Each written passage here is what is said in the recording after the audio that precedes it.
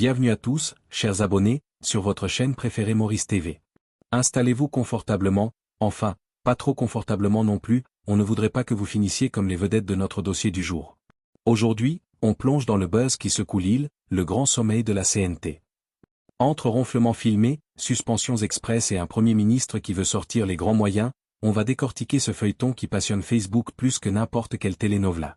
On va parler de ces employés qui ont confondu dépôt de bus et suite royale au Tous-Rock, de la colère des syndicats qui crient au complot, et de la réponse musclée du gouvernement. Bref, on va voir si notre transport national roule vers le futur ou s'il a simplement calé sur l'aire de repos. Signe avertissement mais avant de réveiller tout ce beau monde.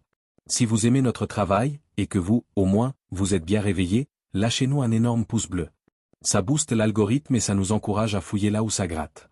Et bien sûr, abonnez-vous et activez la petite cloche pour rester scotché à toutes les mises à jour de notre belle île. Vous êtes prêts? Allez, on attache sa ceinture, si elle fonctionne encore, et on commence. Port-Louis. C'est une séquence de quelques secondes qui a mis le feu aux poudres.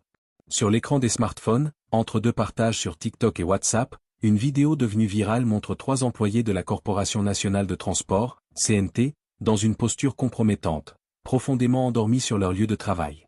Mais au-delà de l'image, c'est tout un pays qui s'interroge sur l'état de ses services publics et le climat social qui règne dans l'île.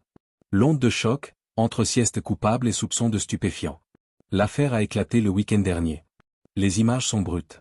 On y voit 3 agents, censés assurer le bon fonctionnement du transport national, totalement déconnectés du monde réel. Très vite, la rumeur publique s'est emparée du dossier. Sur les réseaux sociaux, les commentaires acerbes ne se comptent plus, beaucoup pointent du doigt l'usage possible de substances illicites. À Maurice, la problématique de la drogue synthétique est un sujet brûlant qui touche toutes les strates de la société. Si rien n'est prouvé à ce stade, le simple soupçon que des employés chargés de la sécurité des passagers puissent être, sous influence, a provoqué un véritable séisme au sein de l'opinion publique. La riposte de la direction, des suspensions immédiates. Face au tollé, la direction de la CNT n'a pas tardé.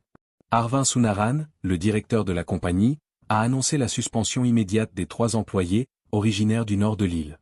Nous devons suivre la procédure, mais la gravité des images imposait une action rapide, explique-t-il. Une enquête interne est en cours. Les employés seront convoqués dans les jours à venir pour s'expliquer.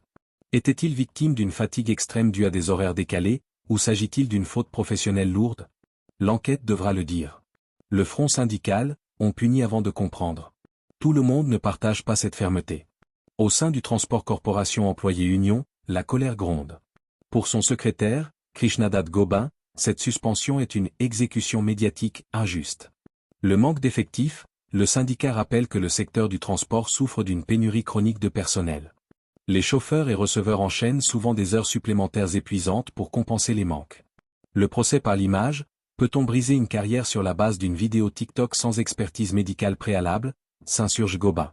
Cette tension illustre parfaitement le fossé qui se creuse entre une direction soucieuse de son image de marque et des employés qui se sentent de plus en plus précarisés. La réponse de l'État, vers une tolérance zéro sur les routes. L'affaire est remontée jusqu'au sommet de l'État. En plein pèlerinage pour le Mahashivratri Mahotsaf au Grand Bassin, Ganga Talao, le Premier ministre Nava Rangolam a troqué le ton spirituel pour une fermeté politique sans équivoque le mercredi 11 février. Le message est clair, la sécurité routière est une priorité nationale. Le chef du gouvernement a annoncé un durcissement imminent de la législation. Saisie des véhicules, les conducteurs contrôlés sous l'emprise de drogue ou d'alcool pourraient voir leurs véhicules confisqués sur le champ. Peines alourdies, des amendements législatifs sont en préparation pour faire de la conduite sous influence un délit lourdement sanctionné. Nous ne pouvons pas mettre la vie de personnes innocentes en danger, a martelé le Premier ministre, répondant ainsi à l'angoisse des usagers qui craignent pour leur sécurité dans les transports en commun. L'analyse, une société à fleur de peau. Pour comprendre cet incident, il faut lever les yeux du bus de la CNT et regarder la société mauricienne dans son ensemble. Hanif Perrin, président du Mauritius Labour Congress, MLC, dresse un constat alarmant d'une frustration généralisée. La violence comme exutoire. Selon lui, l'incident des employés endormis n'est que la face visible d'un malaise plus profond.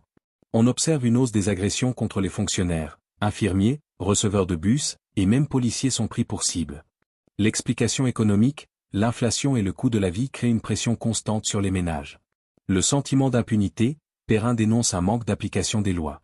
Les victimes se sentent abandonnées, tandis que les agresseurs ne craignent plus les sanctions.